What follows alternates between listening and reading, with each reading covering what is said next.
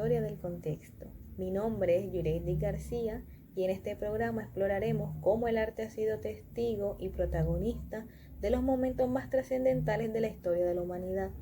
En esta edición especial, nuestro noticiero se dividirá en dos secciones para analizar dos obras que reflejan la lucha, el sacrificio y el deber de distintas épocas. Así es, soy Jamie García y en la primera parte hablaremos del Juramento de los Horacios, de Charles Louis David, una obra que encarna los ideales del neoclasicismo y el deber cívico en la Roma antigua, pero que también resonó en la Francia prerevolucionaria. Y en la segunda parte, nuestras compañeras Shirley Cabarcas y Manuela Orozco analizarán La libertad guiando al pueblo, de Eugène Delacroix, una pintura que se convirtió en el símbolo de la Revolución de 1830 y del espíritu rebelde del romanticismo. Dos épocas, dos movimientos artísticos y dos formas de representar la lucha por la libertad. Comencemos con el Juramento de los Horacios. Para comprender el significado de esta obra, debemos remontarnos a la antigua Roma. La historia representa un pacto entre Roma y Alba en el 669 a.C., donde, en lugar de ir a la guerra, se decide resolver el conflicto mediante un combate entre tres guerreros de cada ciudad. Los Horacios lucharían por Roma, mientras que los Curacios defenderían a Alba. Sin embargo, esta batalla tenía un trasfondo aún más trágico. Las dos familias estaban unidas por lazos matrimoniales, lo que significaba que, sin importar el resultado, alguien perdería a un ser querido. Pero más allá de su contexto histórico, el Juramento de los Horacios fue una obra con un mensaje político. Se presentó en 1785, en los años previos a la Revolución Francesa, y reflejaba la creciente tensión en Francia sobre la lealtad, el deber y el sacrificio por la patria. Veamos ahora cómo David estructura visualmente este juramento. En el centro de la composición, el padre Horacio alza las espadas hacia sus hijos, quienes juran lealtad a Roma. Sus posturas rígidas y decididas contrastan con la actitud de las mujeres en la parte derecha, que expresan el dolor y la pérdida inminente. La escena se organiza en tres secciones claramente definidas, creando un equilibrio geométrico característico del neoclasicismo. Los gestos de los Horacios con los brazos extendidos en dirección a las espadas refuerzan la solemnidad del momento. Además, el uso del color y la luz enfatiza la dualidad del sacrificio y la emoción. David emplea tonos terrosos y una iluminación dramática que resalta la tensión entre la razón y el sentimiento. Pero el Juramento de los Horacios no es solo una escena histórica, es un símbolo del sacrificio por el bien común. En el contexto de la Francia del siglo XVIII, esta imagen evoca la lealtad a la nación en un momento en que la monarquía intentaba reafirmar su poder. Sin embargo, la historia daría un giro inesperado.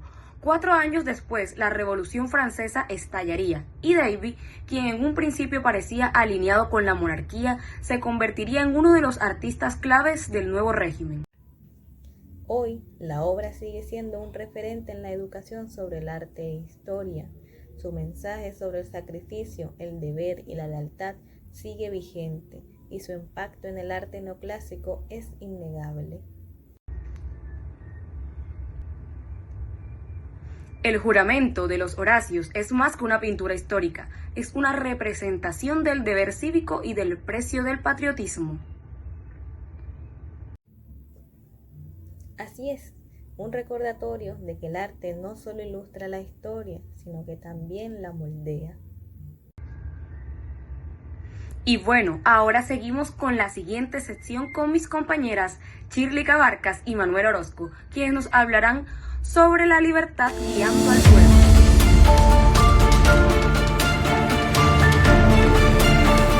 Muy buenas televidentes, el día de hoy vamos a hablar de una obra muy importante y muy simbólica para la revolución y la lucha.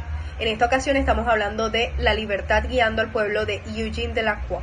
Más que una simple representación de un evento histórico, esta pintura es una manifestación del espíritu del romanticismo, un movimiento que cambió la forma de entender el arte y la sociedad. Así es, mi querida Dayana. El romanticismo surgió a finales del siglo XVIII como una reacción contra la racionalidad de la Ilustración y el equilibrio del neoclasicismo. Se enfocó principalmente en la emoción, la rebeldía y la subjetividad, dando prioridad a la pasión sobre la razón. Delacroix, considerado el máximo exponente del romanticismo pictórico en Francia, volcó en esta obra todo ese dramatismo. Pero, ¿qué llevó a este artista a crear una pintura tan impactante? Lo averiguaremos.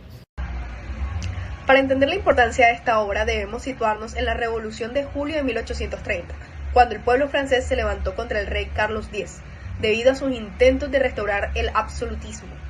Durante los 3 días de lucha, las calles de París se llenaron de barricadas y enfrentamientos que llevaron a la caída del monarca. Aunque Eugène Delacroix no participó directamente en los combates, sí se sintió profundamente identificado con la causa.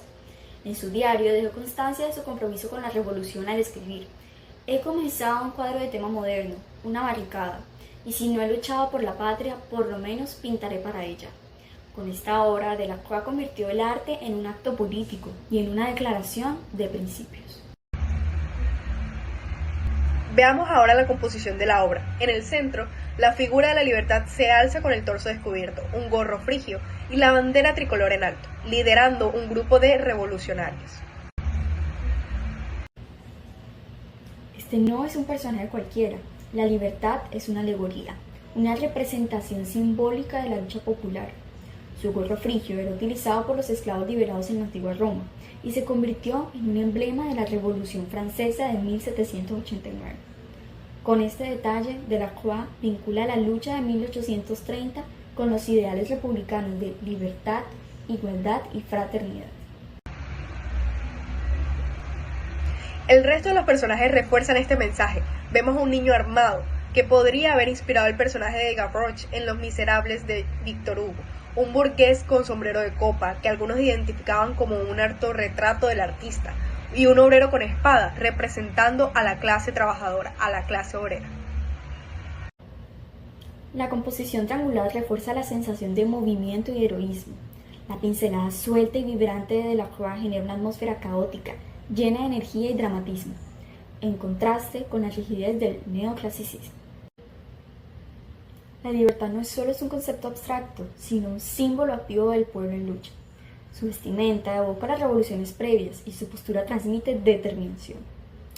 Al fondo, Notre Dame aparece con la bandera revolucionaria, reforzando la transformación del orden establecido. A lo largo del tiempo, la obra ha trascendido el arte y ha sido reinterpretada en distintos contextos revolucionarios. Fue usada como emblema durante la Revolución de 1848 en Francia y se convirtió en una referencia visual en protestas de diferentes épocas. E incluso en la cultura popular su impacto sigue vigente. En 2008, la banda Coldplay utilizó la pintura para la portada de su álbum Viva la Vida, evocando el mensaje de lucha y resistencia.